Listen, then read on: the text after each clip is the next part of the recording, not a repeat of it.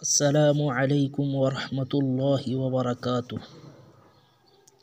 محترم سامعین، امید ہے کہ آپ سب خیریت سے ہوں گے۔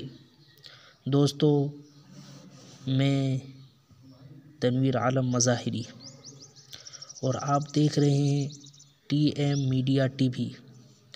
آپ اس چینل کو سبسکرائب کریں اور اپنے دوسرے ساتھیوں کے پاس بھی شیئر کریں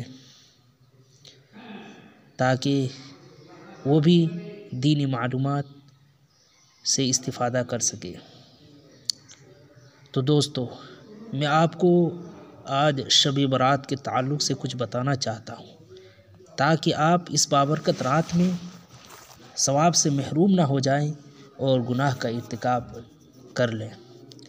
اس لیے میں چاہتا ہوں کہ آپ میری باتوں کو بغور سماعت فرمائیں تاکہ آپ گناہ سے بچ سکیں۔ میرے بھائیو، حدیث کے خلاصے سے پتہ چلتا ہے کہ اس رات میں کرنے کی 3 باتیں آپ صلی اللہ علیہ وسلم سے ثابت ہیں۔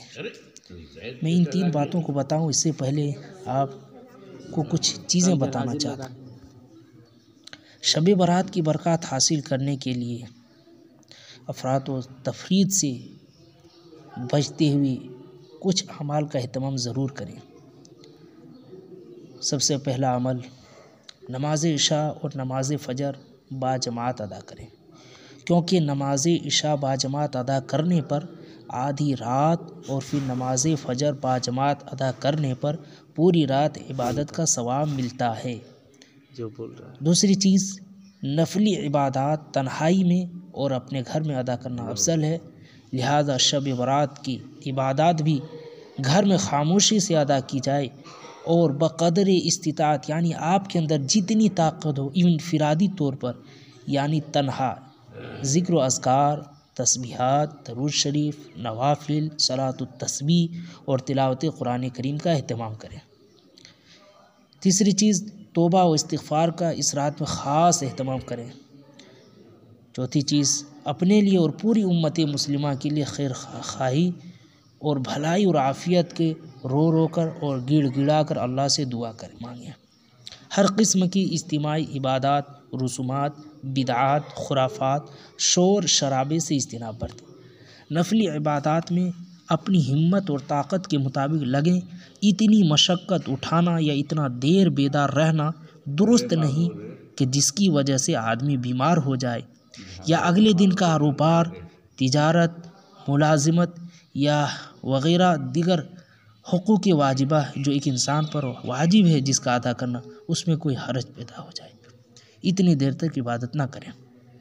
نمبر 7، اس رات اگر بہت زیادہ عبادت نہ کر سکیں تو کوئی بات نہیں، لیکن گناہ سے ضرور بچنے کا اہتمام کریں، بالخصوص ان گناہوں سے جو میں نے پچھلے ویڈیو میں بنایا، آپ وہاں جا کر دیکھ سکتے ہیں۔ ضرور بچنے کا اہتمام کریں جن کی وجہ سے آپ ان کے فضائل سے محروم ہو سکتے ہیں۔ خلاصے کے طور پر حدیث میں آپ کو بتا دوں کہ 3 اعمال کرنے کے ہیں اس رات میں۔ پہلا عمل، اس رات میں آپ خوب عبادت کریں۔ دوسرا عمل، قبرستان جائیں اور دعائے مغفرت کریں مردوں کے لیے۔ اور تیسری عبادت،